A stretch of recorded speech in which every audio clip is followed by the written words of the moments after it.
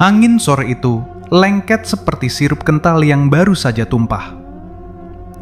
Ridwan mengusap peluhnya, merasakan kaos tipisnya menempel di punggung. Matahari mulai condong ke barat, melemparkan bayang-bayang panjang dari pohon-pohon kelapa di kejauhan. Di depannya, jalan setapak berbatu kerikil membentang, diselingi lubang-lubang kecil yang digenangi air sisa hujan semalam. Sepeda motor tua tampak sedikit ringkih di antara rimbunnya semak belukar dan sawah yang baru dipanen. Sudah hampir 2 jam, Ridwan berkendara dari kota kecil tempatnya bekerja. Kunjungan rutin ke rumah orang tuanya di Desa Sukamaju memang selalu melelahkan. Apalagi kalau sudah berurusan dengan bapak.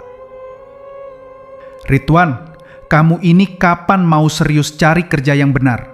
Sampai kapan mau jadi kuli bangunan begitu?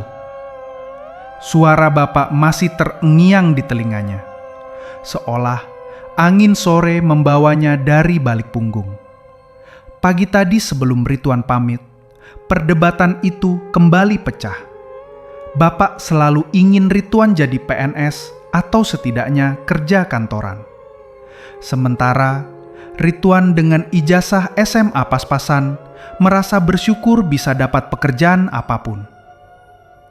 Pak, ini juga kerjaan halal, bisa kirim uang tiap bulan kan? Jawab Ridwan kala itu mencoba meredakan suasana. Halal memang halal. Tapi apa kamu tidak malu sama tetangga? Anak Pak Lurah saja sudah jadi guru. Anak Pak RT juga sudah jadi Menteri Kesehatan. Kamu kapan? Ridwan, obrolan itu selalu berputar di lingkaran yang sama. Tidak pernah menemukan ujungnya. Kepalanya sedikit pening memikirkan hal itu. Setidaknya sekarang dia sudah dalam perjalanan pulang. Perutnya mulai keroncongan. Ia belum sempat makan siang. Tadi pagi hanya menelan sepotong roti dan segelas teh manis buru-buru. Biasanya di perjalanan pulang ini, ia akan mampir di warung Mak Minah yang terkenal dengan sate kambingnya. Tapi hari ini, ia sengaja mengambil jalan pintas melalui jalan alternatif yang lebih sepi. Katanya sih lebih cepat sampai. Jalanan semakin menyempit. Pohon-pohon besar dengan akar menjalar kemana-mana mulai mendominasi pemandangan. Udara di sini terasa lebih dingin, lembab, dan agak pekat. Seolah ada selubung tak kasat mata yang menyelimuti. Suara serangga hutan mulai ramai bersahutan, mengiringi derupelan mesin motornya. Tiba-tiba dari kejauhan Ridwan melihat sebuah titik cahaya remang-remang. Aneh, setahunya di jalur ini tidak ada warung atau permukiman. Rasa penasaran mengalahkan rasa lelah. Ia mengurangi kecepatan lalu membelokkan setang motornya ke arah cahaya itu. Cahaya itu berasal dari sebuah warung sederhana. Bangunannya terbuat dari kayu-kayu tua yang sudah agak lapuk, dengan atap genteng yang ditumbuhi lumut hijau. Tidak ada papan nama, hanya sebuah lampu minyak tanah yang digantung di dekat pintu masuk, memancarkan cahaya kekuningan yang redup. Beberapa kursi dan meja kayu reot diletakkan di teras depan. Aroma masakan yang samar-samar tercium membuat perut Ridwan semakin bergemuruh. Permisi? Ridwan menyapa pelan setelah memarkir motornya di dekat pohon jambu. Seorang wanita paruhbaya keluar dari balik bilik bambu yang mungkin berfungsi sebagai dapur. Wajahnya agak keriput, rambutnya digelung sederhana, dan ia mengenakan kebaya lusuh berwarna coklat tua. Senyum tipis tersungging di bibirnya. "Silakan mas, mau pesen apa?" Suaranya pelan, agak serak, tapi terdengar ramah.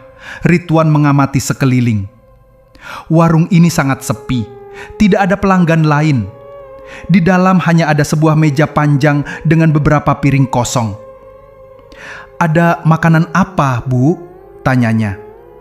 "Ada nasi goreng, mie goreng, atau nasi pecel? Mau yang mana?"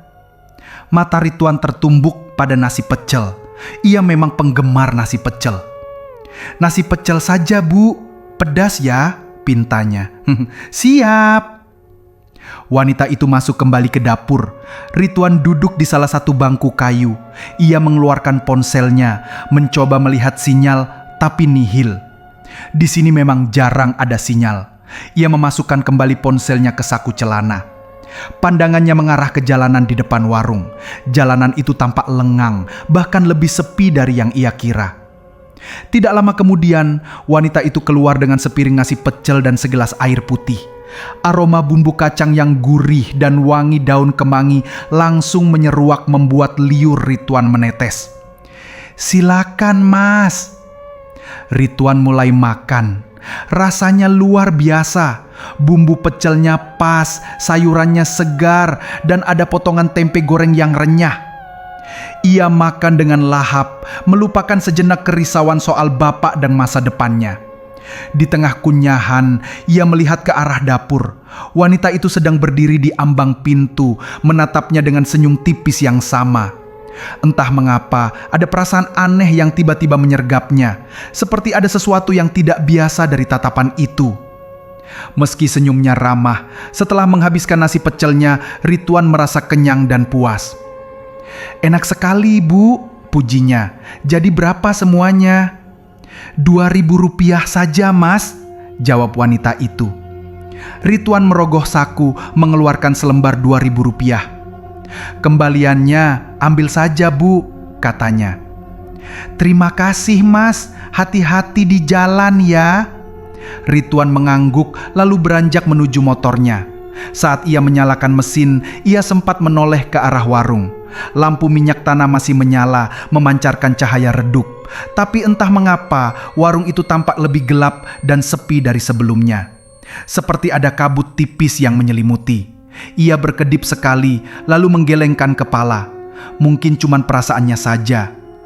Ia segera tancap gas, melanjutkan perjalanan pulang. 20 menit kemudian, Ridwan sampai di rumah. Rumahnya sederhana. Dindingnya terbuat dari papan kayu yang dicat biru pucat. Lampu teras sudah menyala dan aroma masakan ibu tercium dari dapur. "Assalamualaikum," sapanya sambil membuka pagar. "Waalaikumsalam. Ridwan sudah pulang toh?" Ibu muncul dari dapur. Tangannya masih memegang sendok sayur. Senyumnya selalu menenangkan. "Cepat mandi sana, Nak. Ibu sudah masak sayur asem sama ikan asin kesukaanmu." "Sudah makan, Bu," jawab Ridwan sambil melepas helm. "Tadi mampir warung di jalan." Ibu mengerutkan kening. "Warung mana? Perasaan di jalan kesini cuma ada warung Makmin Minah saja." Ridwan mengernyit. "Bukan, Bu. Tadi saya lewat jalan alternatif. Ada warung di tengah hutan agak sepi." Ibu terlihat berpikir sebentar lalu menggeleng. "Tidak ada warung di sana, Nak. Jalan itu memang jalan pintas, tapi sepi sekali, paling cuma ada kebun singkong dan pohon-pohon besar." Ridwan terdiam. Ia ingat betul warung itu. Ada lampunya, ada mejanya, dan ia bahkan makan di sana. Apa mungkin ibu tidak tahu, atau memang jalan alternatif itu tidak sepopuler jalan utama? Ia memutuskan untuk tidak membahasnya lebih lanjut. Mungkin ibu memang tidak tahu semua warung di pelosok desa. Malam itu, Ridwan tidur nyenyak, kelelahan setelah perjalanan panjang dan kenyang setelah makan enak di warung tadi.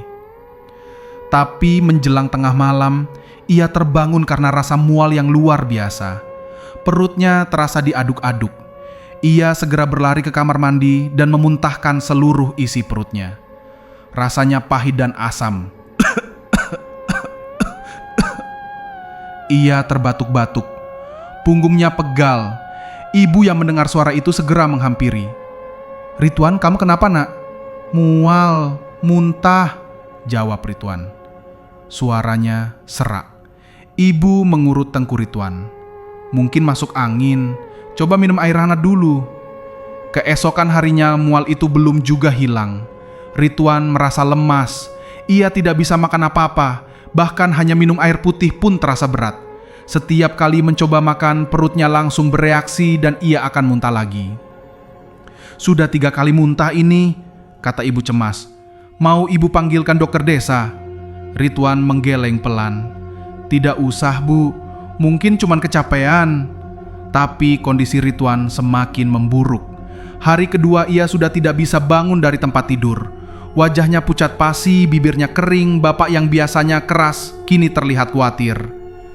Kamu makan apa kemarin, Man? Tanya bapak. Suaranya lebih lembut dari biasanya. Ridwan mencoba mengingat. Cuma nasi pecel, Pak. Di warung yang saya bilang itu.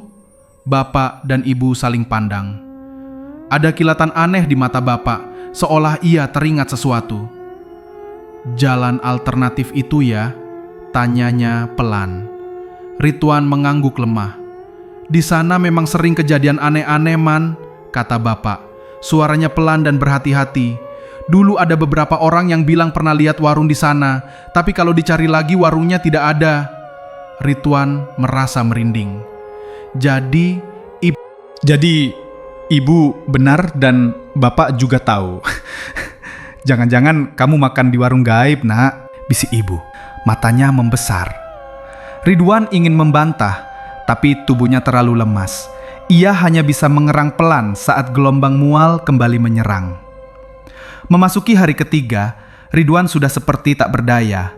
Tubuhnya kurus, tenaganya terkuras habis. Setiap beberapa jam, ia akan muntah-muntah lagi. Kali ini yang keluar hanya cairan kuning pahit.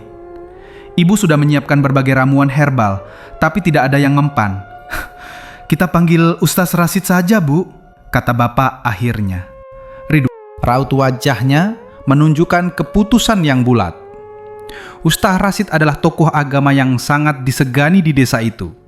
Beliau dikenal memiliki ilmu agama yang tinggi dan sering membantu warga yang mengalami hal-hal di luar nalar. Tidak lama kemudian, Ustaz Rasid datang ke rumah. Beliau adalah pria parubaya dengan sorban putih dan janggut tipis yang rapi. Wajahnya teduh, memancarkan ketenangan. Assalamualaikum, sapanya ramah. Waalaikumsalam, Ustadz, jawab bapak dan ibu serempak. Ustaz Rasid langsung menuju kamar Ridwan. Ia duduk di samping Ridwan yang terbaring lemah. Matanya menatap Ridwan lekat-lekat, seolah sedang membaca sesuatu yang tak terlihat. Bagaimana keadaanmu, Nak? Tanyanya lembut. Ridwan hanya bisa menggeleng. Ia tidak sanggup bicara. Ustaz Rasid memejamkan mata sejenak, lalu membuka tas kecilnya. Ia mengeluarkan botol berisi air mineral dan beberapa lembar daun sirih. Beliau mulai membaca doa-doa. Suaranya mengalun, pelan, dan menenangkan. Ridwan merasakan hawa sejuk menjalar di tubuhnya saat Ustaz Rasid mengusap dahinya dengan air yang sudah dibacakan doa. Insyaallah, ini karena kamu bertemu dengan penghuni sana, Nak, kata Ustaz Rasid, suaranya tenang. Mereka tidak berniat jahat, hanya ingin menguji. Tapi karena kamu masuk ke wilayah mereka tanpa permisi, jadi ada sedikit gesekan. Ridwan menatap Ustaz Rasid, mencoba memahami apa yang beliau katakan. Makanan yang kamu makan itu hakikatnya bukan makanan dari dunia kita. Makanya tubuhmu menolak. Jelas Ustaz Rasid lagi. Kamu beruntung, mereka hanya memberi peringatan. Setelah selesai membaca doa, Ustaz Rasid mengambil beberapa daun sirih yang sudah disiapkan. Beliau mengunyahnya, lalu memoleskan air sirih itu ke perut dan punggung Ridwan. Rasanya sedikit perih, tapi Ridwan juga merasakan kehangatan yang menjalar. Ini airnya. Minum pelan-pelan, kata Ustaz Rasid, menyodorkan segelas air putih yang sudah dibacakan doa. Ridwan mencoba minum. Anehnya, kali ini air itu terasa segar di tenggorokannya. Ia meminumnya hingga tandas. Beberapa menit kemudian, ia merasakan sesuatu yang aneh di perutnya seperti ada gerakan. Keh! Lalu uhuk.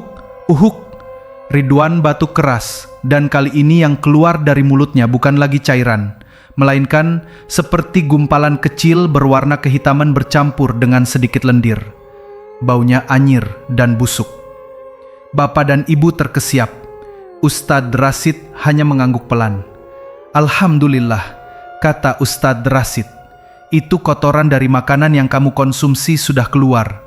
Setelah mengeluarkan gumpalan itu, Ridwan merasa tubuhnya jauh lebih ringan. Rasa mualnya menghilang. Tenaganya seperti kembali sedikit demi sedikit. Ia mencoba duduk dan berhasil. "Terima kasih banyak Ustadz," kata Ridwan.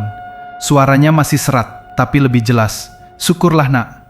Jangan lupa, dimanapun kita berada, selalu ucapkan salam. Niatkan baik-baik, apalagi di tempat-tempat yang sepi dan jarang dilalui manusia." Pesan Ustadz Rasid. Mereka itu juga makhluk Allah, punya wilayah sendiri. Ustadz Rasid pamit tidak lama kemudian. Setelah itu, Ridwan tidur pulas.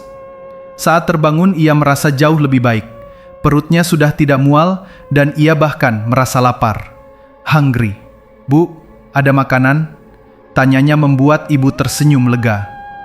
Malam itu, Ridwan makan dengan lahap, menikmati sayur asem dan ikan asin buatan ibu yang kemarin sempat terabaikan. Bapak hanya menatapnya dengan pandangan lega. Tidak ada lagi obrolan soal pekerjaan atau masa depan. Ada ketenangan yang merayapi di antara mereka. Sejak kejadian itu, Ridwan tidak pernah lagi melewati jalan alternatif itu. Setiap kali pulang ke desa, ia memilih jalur utama meskipun harus memutar lebih jauh. Warung di tengah hutan itu baginya adalah sebuah pengingat. Pengingat tentang batas antara dunia yang terlihat dan yang tak terlihat. Pentingnya menghormati keberadaan lain di alam semesta ini. Ia juga jadi lebih sering mengucapkan salam ketika memasuki suatu tempat, bahkan tempat yang ia anggap sepi sekalipun. Pelajaran pahit yang membuat muntah-muntah, tapi juga membuka mata batinnya. Dan entah mengapa hubungan Ridwan dengan Bapak juga terasa lebih baik setelah itu. Mungkin rasa khawatir telah melunakkan hati yang keras. Cerita pun selesai. Terima kasih yang sudah menonton atau mendengarkan cerita ini. Semoga kalian sehat selalu, panjang umur, dan dilancarkan rezekinya. Amin. Mohon maaf jika ada kata yang kurang berkenan. Dukung terus channel ini agar terus semangat berkarya untuk menghibur kalian semua. Terima kasih.